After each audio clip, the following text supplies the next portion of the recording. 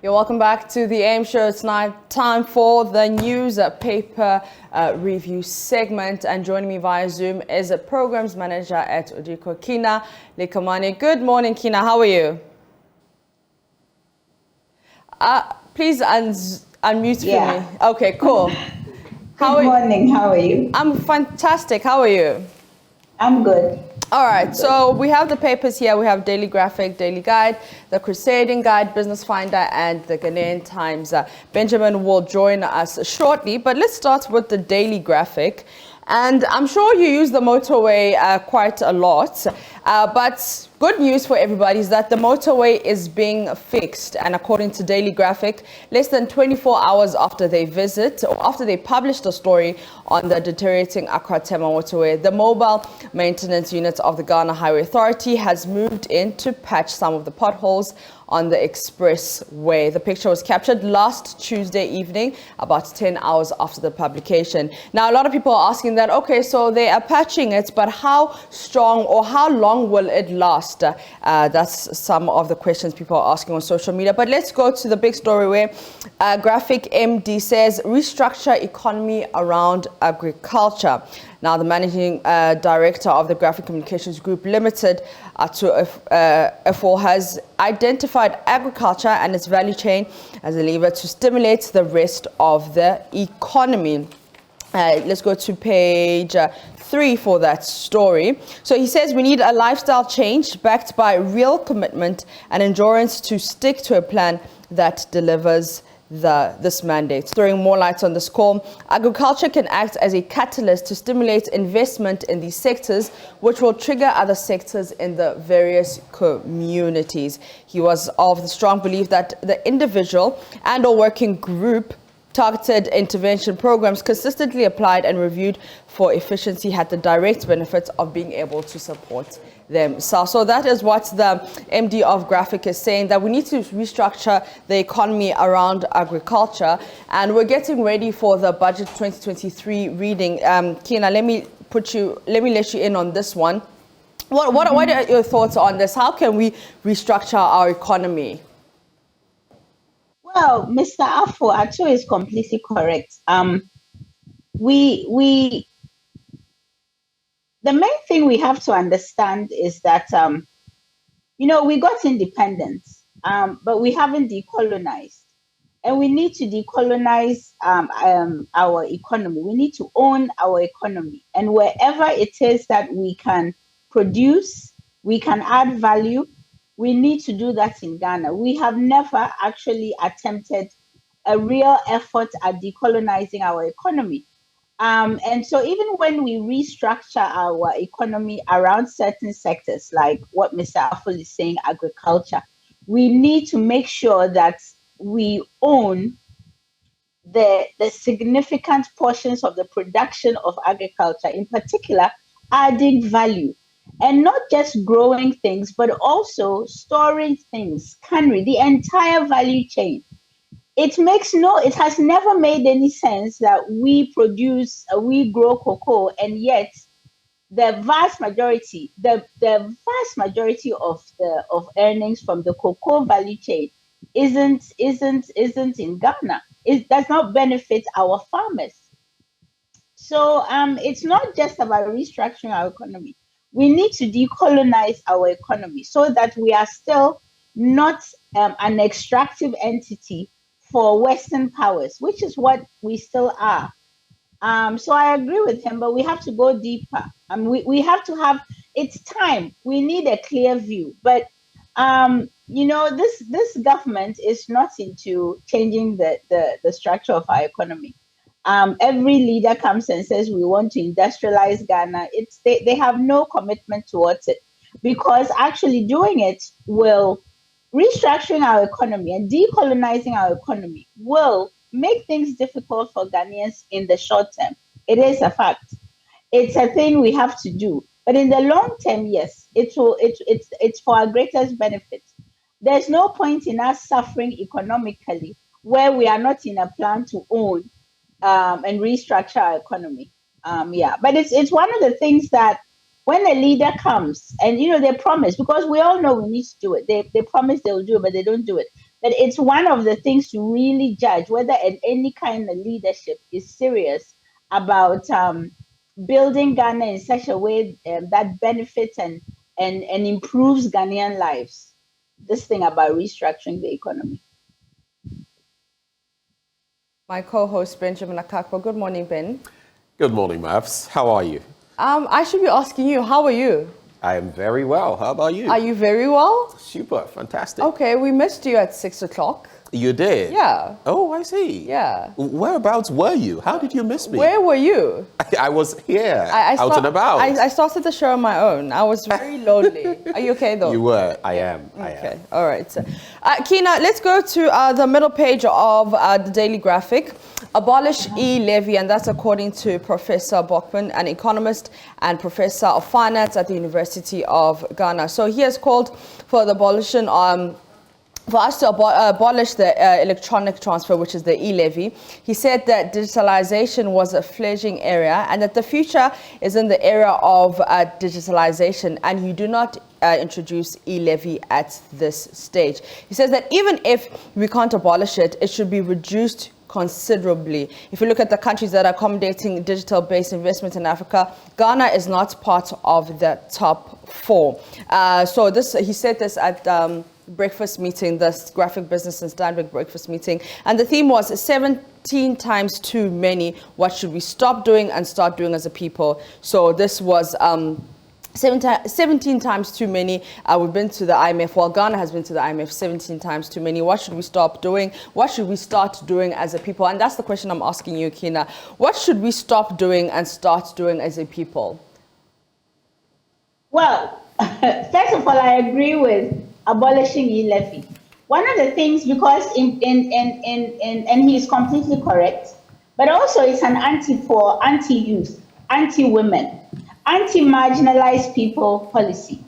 One of the things we need to start doing as a country is to run our lives understanding that we absolutely want to improve Ghana for young people. Okay. It's one of the key things we have to do. So we decolonize for young people. Mm-hmm. We need to put in place.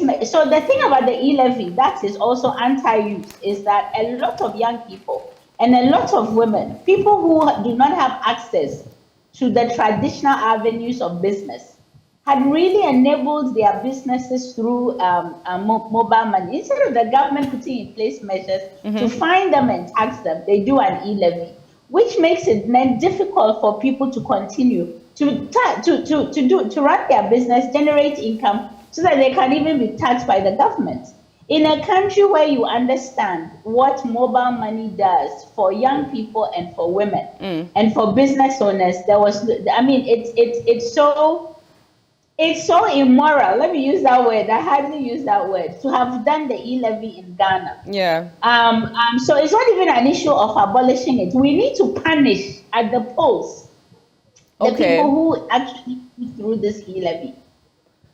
All right. We need to actually punish, because it should never, in a country like Ghana, with such widening inequality, it should never have been suggested, and it should never have passed. I see. All right. Let me touch on one of my last stories. You mentioned, accommodating young people and including young people, including the minority, including women. But the Ochehene has advised some students not to be misled into galamsey activities. So he cautioned students of the Abokwa State College not to allow themselves to be misled into illegal mining, popularly called as galamsey, in a bid to make quick money. He said as students, their priority was to study instead of engaging in galamsey to ruin their future careers. Docheni said, do not allow people or bad people to take you to the galamsey site to get quick money, because it will not benefit you and you may even die. Take full advantage of the free senior high school education program and learn very well to climb the academic ladder. So now the question is, it's not like the students are the ones that are engaged. We've been fighting this whole galamsey menace, and it's not like it's the students that are engaging in these illegal mining activities. Do you not think that the Ochehene is directing his advice to the wrong people? Because, it's the chiefs and, First of all, I'm only responding because I'm on Zoom and you've asked me this question, but I will not be responding to anything that the Ochihini says. Okay. Because he says that if we criticize the government, we are in Kraxifo. He says, and so what he says is not anything that I'm ever going to consider. So let's put that aside. But let me just in general say that as a country, we must stop telling young people how to overcome a system we enable to oppress them. We must stop doing that. And we must actually build a country that makes it easier for young people to thrive and actually become the people that we desperately need them to be. We're always telling young people what to do, but we are never making it possible for them to do it. It's true. If you built a country in which you know that one of your prime directives is to make a country where it is feasible and it is easy for young people to thrive, you don't even have to say some of these things. But we are always talking down to young people when in fact it is the adults who are misbehaving. It is the adults that are making it incredibly impossible for young people to thrive in this country. So let's not do that. Let's stop. Let's actually work for a country in which we don't even have to say these things to them because it would only then be a minority. It would just be a minuscule portion that it will be people who, but no, let's not. And let's stop listening to such things either. It's not, it's old, it's just talk. It has no substance behind it. It's just talk. Benjamin, what do you have on your side? Well, I'll start it from my end. Rather than go straight to the Ghanaian Times, Kina, I'm bringing this up because it's an issue of interest, one that I definitely know you would have a thought on. There's this lady, actually a former colleague of mine in law school, Amma Governor, and her issue has come to the fore in recent times because she has passed all the requirements for the GLC, that is to be called to the bar, and recently it came to the fore that, well, her social media posts were not in the best of tastes. She speaks of sexual liberation and so many other topics. I don't want to bring them up here, but apparently she's also bisexual, and all of these have come to the fore. But the point to be made is that the GLC is delaying her call to the bar because of what she's been posting. I have my own thoughts about, some of the things and their distastefulness versus her legal rights. So here are some of the reasons. There's a petition out there. Over 10,000 people have signed it. And here are some of the reasons they put there for signing. I just want to run them by you and then pose a question. So this one says, Amma has passed all the requirements of the School of Law, and the GLC said she has been a shining example of the hard work and dedication it takes to become a lawyer in Ghana. We need more lawyers who are open-minded and affirming of everyone as she is. There's another one. Anyone's sexual orientation shouldn't be a reason to be condemned. She is someone who worked for what she wanted, and for that reason, she should be treated equally and given the same opportunities. The next one says, so it talks about the rule of law, and it says, it's so heartbreaking that she'll be judged by social media. Look, Kina, I am Catholic, very much so, and I have my own, thoughts about all of these things that are happening. But should she, from the cultural angle, social angle, legal angle, be victimized on this? What's your take? Of course she shouldn't be victimized. The sheer hypocrisy of the Ghana Legal Council, the sheer hypocrisy that is rampant in Ghana, but particularly in the legal profession, the ways in which the legal profession actually turns around to dehumanize their own students. Because what? They want to close ranks and not have as many doctors and lawyers. There's a huge problem with legal practice in Ghana. We actually do not have the body of lawyers with the sensibilities of that this country needs in order to overcome the oppression inherent in even political rule. So it's shocking the levels at which the Ghana Legal Council intends to always embarrass itself, make clear that they do not stand with human rights. Actual lawyers. So you have to ask yourself, where does that leave us then? Actual lawyers. And you know what is sad? The petition is being forwarded to me to take a look at by actual practicing experienced lawyers. They actually do not, instead of actually canvassing their own fraternity to shut this thing down and make the legal council understand that this is hypocrisy, it is oppression, it is so wrong. It is so wrong. It's against our constitution. What then do you... Not only are they doing this to our governor, they are also asking for social media handles of their students. I was just about to mention that. This is a country in which the law, in fact, look, this is a country that actually, when it suits the legal profession, they will say, oh, it's the law, it's the law, it's the constitution. And when it suits them, they will run ramshot over the constitution. It is an utter disgrace. But the Ghana Legal Council has been disgracing itself in Ghana of late. And the only reason this stands, let me also be clear, is also increasingly we have political power that is actually very comfortable disregarding human rights in Ghana, which is a shame. And it's just unbelievable. Under a president who said he was a human rights crusader, which is a joke, as we understand now.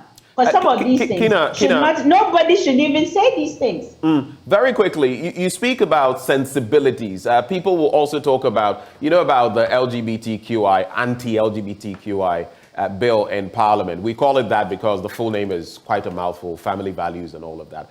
But when you look at cultural sensibilities as well, people will also point to that and say, hey, you can't be doing this. And there's also the legal angle, which frowns on, some of these things in the Constitution. I'm not saying all of them, some of these things. How do you react to people who put out such arguments? Let me first say that this whole blanket statement you people like to make about cultural sensibilities, that's also wrong. That's also wrong. My name is Kinali Kimani. I am the daughter of Amate. My first household, my father was Kenyan. But it was my mother's best friend in Kenya who took us in when my mother needed a home to nurse me. And that man was gay. So nobody should come to me and tell me that there are cultural sensibilities and nonsense. I will not be accepting that. But that is not to deny that they exist. But no. What it says is that we are all different. And this idea that there is some kind of overarching cultural thing that can then be used to oppress minorities, that is wrong. But let me put that aside because that is my background. Let me also say that let's say that what the LGBTQ community does disgust some Ghanaians, a lot of Ghanaians. Let me just say, it was what you people find disgusting. Fine. That does not mean you dehumanize people for what you consider to be disgusting conduct.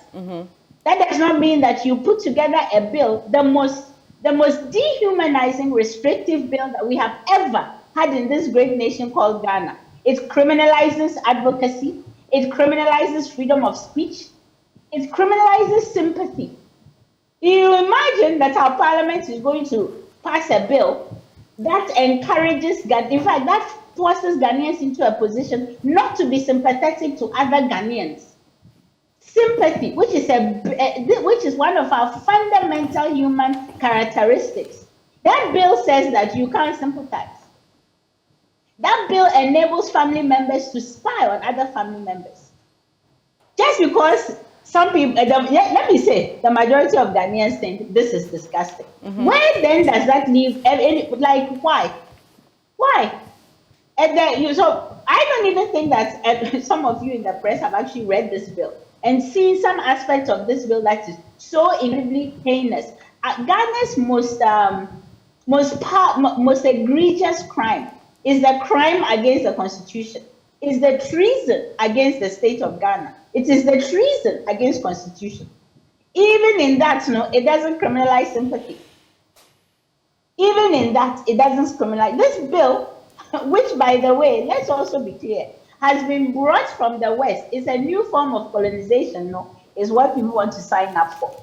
It is these sort of attitudes that is making people, empowering people in their hate. You can be disgusted by the behavior of people, but you have no right to dehumanize them. Right. Let's get into other stories very quickly. Ghanaian Times, let's clean up Ghana's political system, kick out money launderers, foreigners from political space. That's according to Former Speaker Michael Quay, Professor Michael Quay, NLC, that is the National Labour Commission, orders striking teachers back to the classroom as it seeks amicable solutions to government and teacher unions impasse. I heard them speaking this morning on our sister station at Dum TV and saying that, yes, we'll comply with the court's ruling because it is the law, or basically because the NLC has the status of a high court, but we are going to still push for our concerns, basically concerning the new Director General of the Ghana Education Service. Tema Metropolis tops 2021 District League table. There's also Ghana is food sufficient. Agric Minister assures Parliament. And then 2023 budget, Professor Quarty calls for massive reduction in e-levy. Kina, let me just do this very quickly. On the budget, the director of ISA at the University of Ghana is calling for a reduction, and he is saying that since it's raking just about 10%, it should be reduced to about 1.5% after public outcry against, well, it was reduced to 1.5%, but he is actually saying it should be reduced to 0.5% for efficiency. And then on the next page, there's this story I just wanted to add up on this bit. Let's clean up Ghana's political system. So the former speaker says Ghana's political system is an impediment to its economic growth as it allows for rent-seeking tendencies and political financing leading to the control of natural resources. Quick reactions? When did he realize that? I don't understand some of these things that people always say when they are actually out of politics. When did he realize that? You know, I'm sick and tired of political operatives coming out to tell us what we must do. Start doing it. He's a very powerful person. Isn't this a former speaker, or am I wrong? Yes, he is. When did he realize this? Because they luxuriate in it, and then when they are out of whatever significant power, they come and tell us. When he was a speaker, did he not see? Before he became a speaker, did he not see?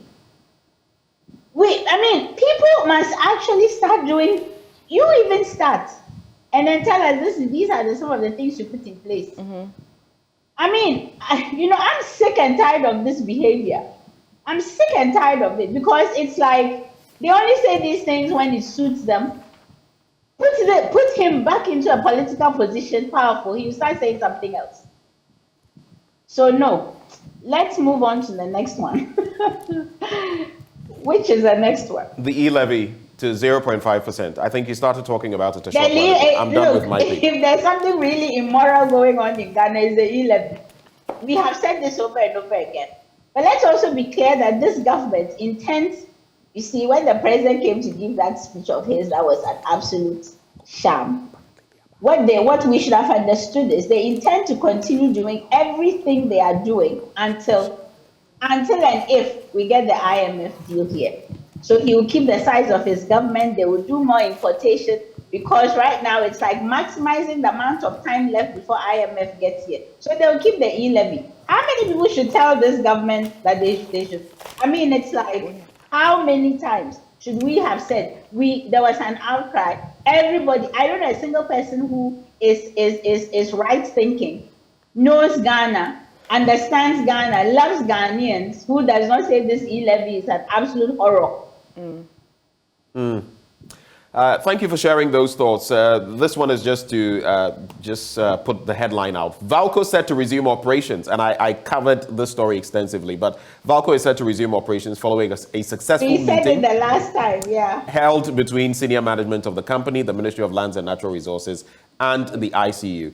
The meeting was held on Monday, and it was to find common ground in resolving the impasse between the management and staff over salary increments and conditions of service. Well, last week, workers embarked on a strike after rejecting a 22% salary increment. The workers, apart from demanding 65% increment, were also asking for their salaries to be indexed to the dollar as their counterparts in the United States of America. I feel part of the reporting on this story has been a bit inaccurate over time because it's not, some of these emanated from previous years, their engagements with leadership and all of that. But at least the good thing is a state asset is set to be back on track? Because this is West Africa's only aluminium smelter, and we can't afford for it to go down. And we should always remember, I mean, not that you want to tie yourself to old things and never change, but Valco is the reason we have Akosombo Dam in Ghana.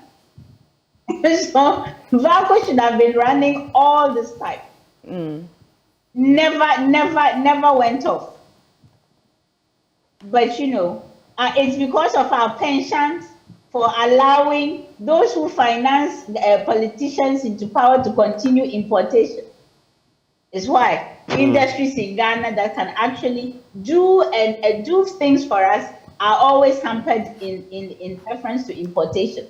It's because financiers, people finance the governments and the political parties, and then they decide they want to do importation. Right. When in fact, actually doing our own industries is far better. Far. And wouldn't land us in this situation we are in now. Yeah.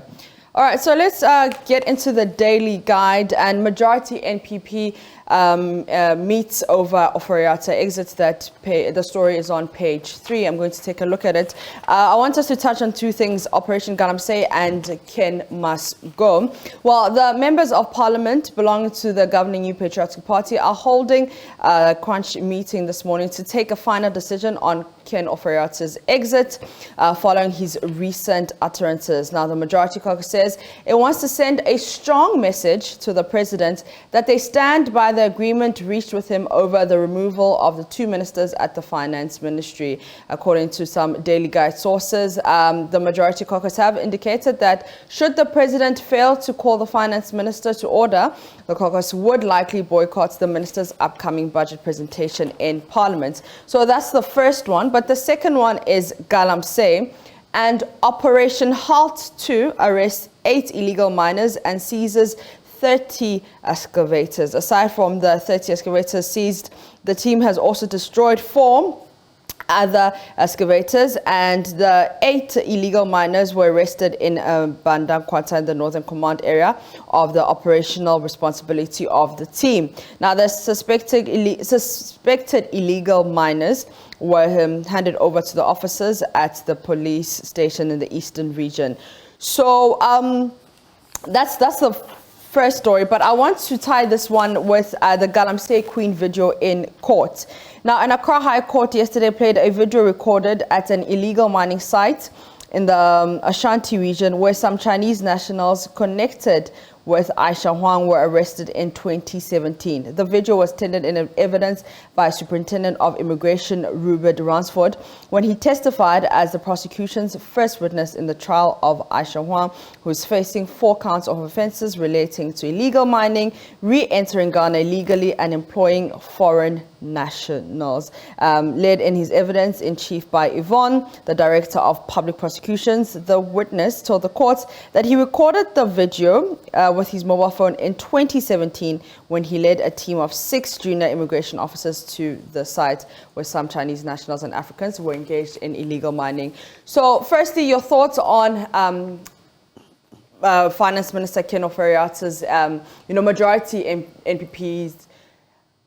MPs calling for Ken Ofori-Atta to exit, and the second one being Galamsey. Do you think that we are winning this fight? What are your thoughts on these two? Well, first of all, everything that is happening around Ken Ofori-Atta from the executive side, meaning the president, and the party and the majority caucus in parliament, these are all stall tactics. These are all moves to manage us. First of all, the president has absolutely made it clear that Ken is not going. Secondly, so anything that the party is doing, don't abstain, don't vote, don't take part in the vote. We are having meetings here, we are doing that. These are all stall tactics to make us think that the majority NPP caucus or MPP is actually having a problem with Ken Ofori-Atta being the finance minister. Until they actually act, this is all stall tactics. Well, since they started from the 80 people in the 80 MPs in parliament, I think it's been, 2 or 3 weeks, has it been? These are stall tactics. They are not to be taken seriously. until they actually act. We shouldn't even mind what NPP wants to do about this issue. We know they are clear. They support the president and his finance minister. Why do I say this? They have never actually declined to pass any ideas that has come from Ofori-Atta, including and especially the e-levy. If they didn't stand up against the president and his finance team over the e-levy, now they are going to stand up against the president. This is all hypocrisy until something actually gets done. And we should treat it with the contempt it deserves. And then the second one was Galamsey. If we're winning the fight. We are not winning. In fact, no, let me just say, we don't even have a fight against Galamsey. The only time they mobilize themselves over Galamsey is when there is a public outcry. And since, in fact, when any country is so oppressive and when its economic conditions worsen, somebody, Maoli Dake, reminded me that it disengages people from being citizens. So, of course, Ghana is so difficult now. We are not able to sustain our outcry over Galamsey alone because everything now is just gone to hell, right? So every time we have an outcry, giddy, giddy, giddy, giddy, and then they do something, it's lies and it is hypocrisy. It is designed to make us think something is happening. Nothing is happening. If you guys will even do analysis and map what I'm saying, you'll find that every time there's an outcry, some arrest.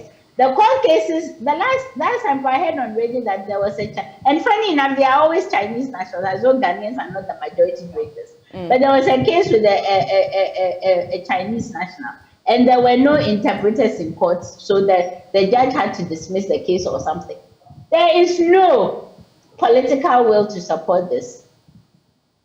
Okay. And so if there's no political will to support this, then we all understand that significant elements from the NPP is involved in this, which Ghanaians also understand. And significant powerful elements are behind the Galamsey. Because there are rumors, are there not, that even the military people guard some of the Galamsey people. Our military.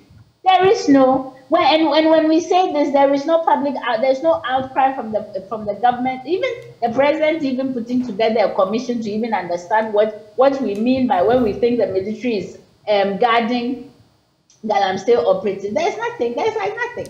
All right. Because it's on the Galamsey tangent, this trajectory, I remember the last time we spoke, we could go on forever, but for the sake of time, we have just a minute left. I'd like to run these issues by you very quickly. The new Crusading Guide says NPP MP rallies support for Akufo-Addo. I'm talking about the Member of Parliament for Doma East, Paul Aprekuchum Berima, who has called on Ghanaians to support the government of Nana Addo to tackle the challenges facing the economy in a bid to help in its quick recovery. I want to also add, tying that in, thousands of Ghanaians thronged the Kwame Nkrumah interchange area. Why?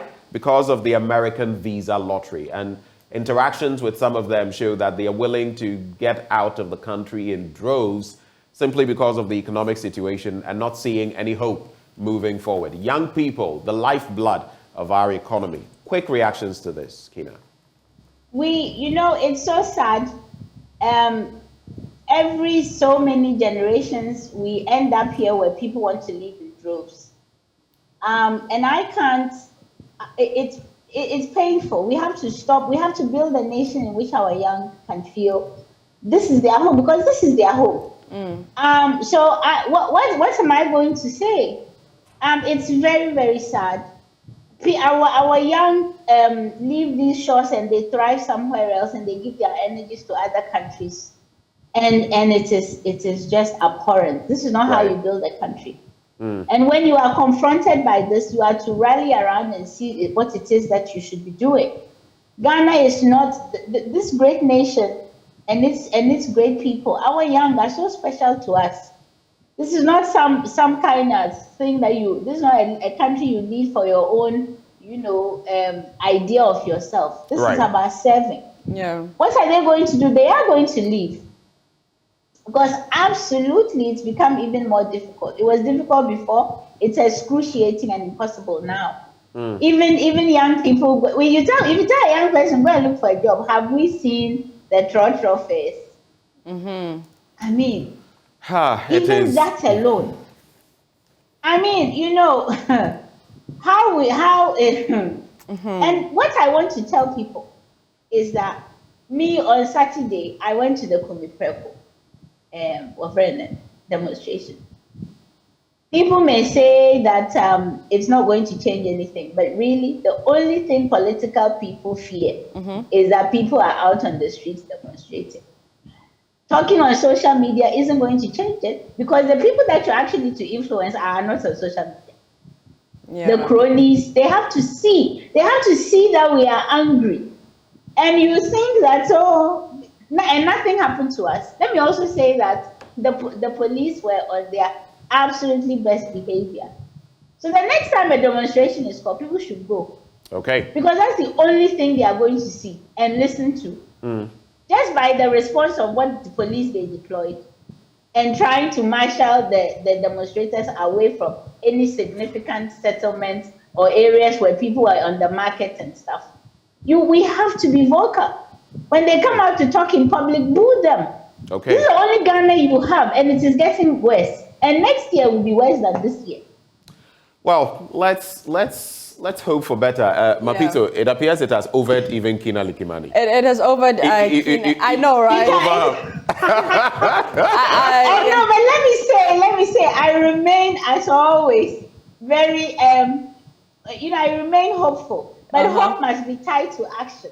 Right. And we must not just hope. Yeah. And we must not just pray. I've said prayer isn't going to get us out because God has given us all the elements, all the foundations for action and courage. We must act. Right. Kina, thank you so much for joining the way we said thank you so much together. It tells you how grateful we are. Thank you so much. I think she should join us more often. I really enjoyed that. Yes, we look forward to that. Yeah. All right, Kina, thank you so much.